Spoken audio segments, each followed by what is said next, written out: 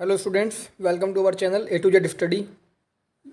ये हमारा practice set number 3 है और आप लोग 2 प्रैक्टिस सेट कर चुके हैं। इस प्रैक्टिस सेट में हम लोग इंग्लिश के मेन 20 क्वेश्चंस देखेंगे जो कि प्रीवियस ईयर में पूछे जा चुके हैं और ये अरिहंत का प्रैक्टिस सेट चल रहा है आपका। तो चलते हैं अपने पहले क्वेश्चन की ओर। और फर्स्ट क्वेश्चन इज़, आपको यहाँ पे करेक्ट वर्ड बताना है, मीन्स स्पेलिंग। तो पहले क्वेश्चन में पूछ रहा है कि बेनिफिटेड की स्पेलिंग इसमें से कौन सी करेक्ट है, आप लोग बताइए। इसका राइट आंसर है option number A, benefited, BENEFITED। Question number 2, यहाँ पे आपको क्वेश्चन नंबर 2 में आर्टिकल फिल करना है। Kashmir is dash Switzerland of India. आपका राइट आंसर हो गया क्वेश्चन नंबर ए, द। क्योंकि यहाँ पर जो इंडिया के अलग अलग जगह हैं उसमें से कश्मीर को इन्होंने पर्टिकुलर डेफिनेट बनाया है, इसलिए कश्मीर जो है वो स्विट्जरलैंड ऑफ इंडिया, कश्मीर को डेफिनेट बनाने के लिए यहाँ पर द का यूज़ होगा। Therefore sentence is Kashmir is the Switzerland of India. Question number 3, identify the antonym of the given word. Means इसका एंटोनिम पता करना है। ओडियस, ओडियस का मतलब होता है आरुचिकार, मतलब कि जो पसंद ना है, घृणित टाइप का। तो यहाँ पर कुछ आपका राइट आंसर है pleasant. Right answer is pleasant. Pleasant का मतलब होता है अनुकूल, और फैमिलियर का मतलब होता है परिचित। इनसिग्निफिकेंट का मतलब है जो महत्वपूर्ण ना हो, सिग्निफिकेंट का मतलब महत्वपूर्ण, इनसिग्निफिकेंट का मतलब जो महत्वपूर्ण ना हो, अमहत्वपूर्ण। और कैकोफोनी का मतलब होता है शोर। कैकोफोनी का मतलब शोर। आपको चारों के चारों ऑप्शंस के मीनिंग पता होना चाहिए। तो इसका राइट आंसर था हमारा प्लीजेंट। चलते हैं नेक्स्ट क्वेश्चन की ओर। Identify the correct choice. If this interpretation is held valid, then the states are dashed of power to plan, implement and monitor their schemes. तो इसके ऑप्शन हैं अवॉर्डेड, इन्वेस्टेड, रिलीव्ड, डाइवेस्टेड। आपको पहले तो चारों के मीनिंग पता होनी चाहिए। तो अवॉर्डेड का मतलब पुरस्कृत, मतलब सम्मानित किया गया। इन्वेस्ट का मतलब इन्वेस्ट किया गया। रिलीव का मतलब राहत देना, और डाइवेस्टेड का मतलब होता है ले लेना। If this interpretation is held valid, then the states are divested of power to plan, implement and monitor their schemes. तो इसका राइट आंसर है divested, option number D. Question number 5, select the correct verb. यहाँ पर आपको correct verb fill करनी है। She dash in Calcutta for 3 years before the year 1922। वो कलकत्ता में थी 3 साल पहले, बिफोर द ईयर 1992, मतलब कि वो काम हो चुका था पहले। तो वो काम हो चुका था, तो यहाँ पर आपका सेंटेंस बनना है पास्ट परफेक्ट। पास्ट परफेक्ट और ईयर भी आपको दे रखा है, तो पास्ट परफेक्ट कॉन्टिन्यूस हो गया। तो यहाँ पर वॉज लिविंग होगा नहीं, have living, has been living भी नहीं होगा, वुड हैव बीन लिविंग भी नहीं होगा। आपका राइट आंसर है option number D, had been. Question number 6, identify the correct preposition. Sentence is I am displeased dash you but I am not displeased dash your son. यहाँ पर preposition दे रखा है, तो इसका राइट आंसर है displeased with you but I am not displeased at your fun. आपको मैं क्लियरिफाई कर देता हूँ इसे।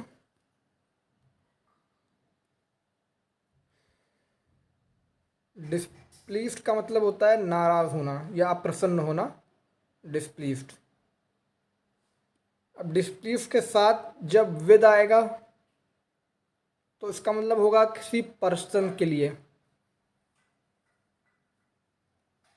और एट आएगा तो एट का मतलब हुआ किसी थिंग के लिए। तो जो आपका क्वेश्चन था वो कह रहा था डिस्प्लीस्ड विद यू। यू का मतलब एक पर्सन है, तो वहाँ पर डिस्प्लीस्ड के साथ विद का यूज़ होगा और बाद में डिस्प्लीस्ड के साथ एट का यूज़ होगा, जो कि इसका थिंग जो है वो फन है। Displeased with you but I am not displeased at your fun. Question number 7, use the correct, choose the one word substitute. One who fight for the sake of money, जो रुपए के लिए fight करे। तो इसका right answer है mercenary. Amateur, amateur का मतलब होता है किसी चीज़ का शौकीन। पेट्रोइट, पेट्रोइट का मतलब होता है देशभक्त। वॉरियर का मतलब होता है योद्धा। Next question is the murder of a king. इसका वन वर्ड सब्सटीट्यूशन करना है। Murder of a king, right answer is regicide. Homicide का मतलब होता है किसी मैन या वुमेन की हत्या। अकम्पलिश का मतलब होता है सह अपराधी, मतलब किसी ने अपराध करने में किसी का साथ दिया हो। और बचर का मतलब होता है कसाई। बचर का मीन्स होता है कसाई। इसी तरह हमारे और भी होते हैं। एक होता है हमारा होमिसाइड हो गया, मर्डर ऑफ अ मैन और वुमेन। इन्फेंटिसाइड होता है, इन्फेंटिसाइड का मतलब होता है मर्डर ऑफ एन इन्फेंट। ये सारी जो मैं बता रहा हूँ सारे इंपॉर्टेंट हैं। मैट्रिसाइड का मतलब होता है murder of one's mother. Parricide का मतलब होता है murder of one's parent. Patricide का मतलब होता है murder of one's father. Regicide का मतलब murder of king.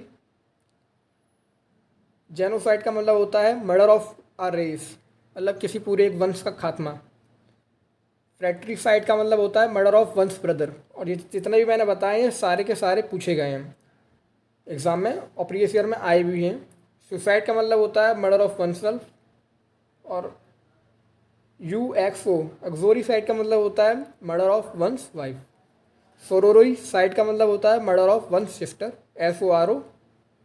SORORICID, murder of one's sister. चलते हैं नेक्स्ट क्वेश्चन की ओर। Identify the synonym of the given word. इस वर्ड का सिनोनिम फाइंड करना है हम लोगों को। Word is bounty. बॉन्टी जो लोग गेम खेलते होंगे उन्हें पता होगा। बॉन्टी का मतलब एक तरह से गिफ्ट होता है। जब बॉन्टी हम लोगों को मिलती है क्रेड्स के रूप में, तो बॉन्टी का मतलब होता है gift. Okay, next question is fill in the blank with suitable conjunction. यहाँ पर हम लोगों को कंजंक्शन फिल करना है। Question is she was intelligent dash she was poor. इस तरह क्वेश्चन हम लोगों ने कल भी सॉल्व किया था। वह कल यही क्वेश्चन था। शी वाज इंटेलिजेंट, वह बुद्धिमान तो है, बुद्धिमान तो थी, लेकिन but she was poor, sorry, but she was poor. Question number 11, to beat the air. This is the idioms and phrase. Beat the air means हवा में हाथ पैर मारना। तो इसका राइट आंसर है to make effort that are useless और vain. ऐसे एफर्ट्स करना जो कि व्यर्थ हैं और बेकार हैं। Right answer is option number D, to make efforts that are useless और win. Question number 12, identify the incorrect part. ये सेंटेंस दिया हुआ है, इसमें इनकरेक्ट पार्ट फाइंड करना है। Satyajit Ray, who conceived, directed a number of good films, was one of the India's most talented filmmaker. आपको बताना है इसमें इसका इनकरेक्ट पार्ट कौन सा है।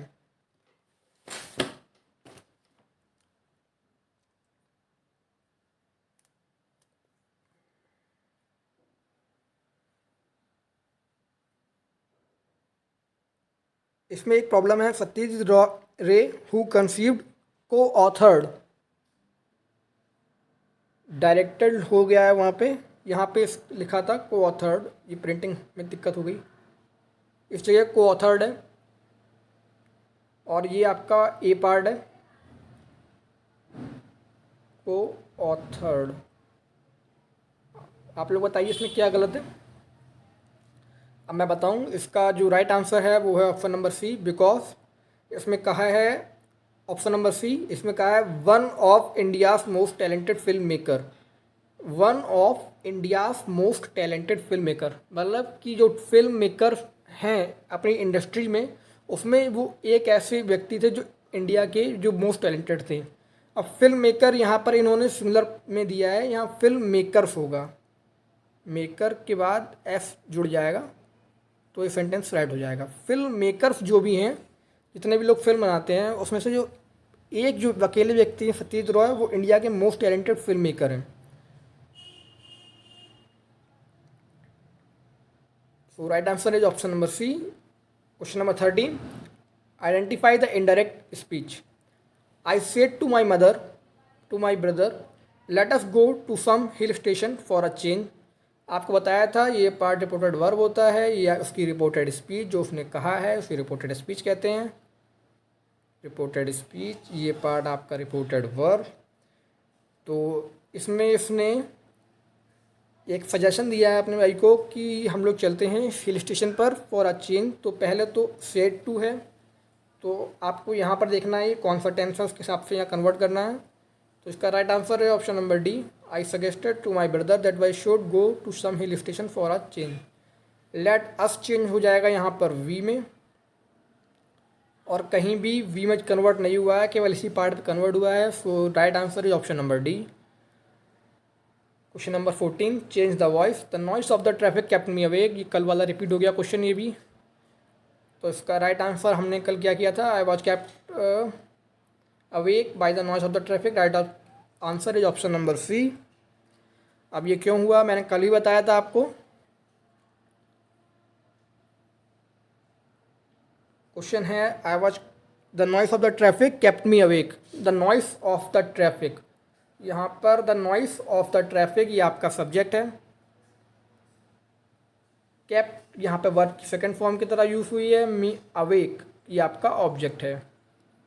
जब इसका कन्वर्सन करते हैं तो subject changes to object, object changes to subject, verb की सेकंड फॉर्म चेंज होगी यहाँ पे वर्ब की थर्ड फॉर्म में। हेल्पिंग वर्ब आएगी was oblique verb, plus verb की थर्ड फॉर्म के बाद plus by plus object, by का यूज़ भी होगा। तो यहाँ पर जो सेंटेंस बनेगा आपका, I was kept awake, kept me awake, I was kept awake हो गया। ये object changes to subject, subject changes to its object plus by के साथ वो भी, और जो हेल्पिंग वर्ब थी वो यहाँ पे वॉच भी आ गई, और केप्ट का थर्ड फॉर्म भी केप्ट ही रहता है। तो आपका ये सेंटेंस फिट हो गया, option number C. Question number 15, fill in the blank with suitable word. Ramesh well wishers went to extreme to dash his business reputation. Ramesh के जो वेल विशर थे वो आए उसके पास, क्यों आए? बोलने के लिए, इन्हेंस बढ़ाने के लिए, डिस्टर्ब करने के लिए, या स्पॉइल करने के लिए। वेल विशर डिस्टर्ब करेंगे नहीं, स्पॉइल करेंगे नहीं, तो ये दो ऑप्शन गलत हो गए। बोलेंगे भी नहीं, इन्हेंस बढ़ाएंगे, उसकी रेपुटेशन को बढ़ाएंगे, बिजनेस रेपुटेशन एक्सट्रीम लेवल तक बढ़ाने के लिए आए। तो इसका राइट आंसर है ऑप्शन नंबर बी। इसीलिए गाइस आप लोगों को सारी वोकैब अच्छे से तैयार कर लेनी है, क्योंकि इसका बहुत जगह यूज़ होता है, और मैं बहुत जल्दी वोकैब क्लासेस भी स्टार्ट करवाने वाला हूँ। Question number 16, form an adjective from the given word critic. Critic is the word and here we find the adjective of the given word.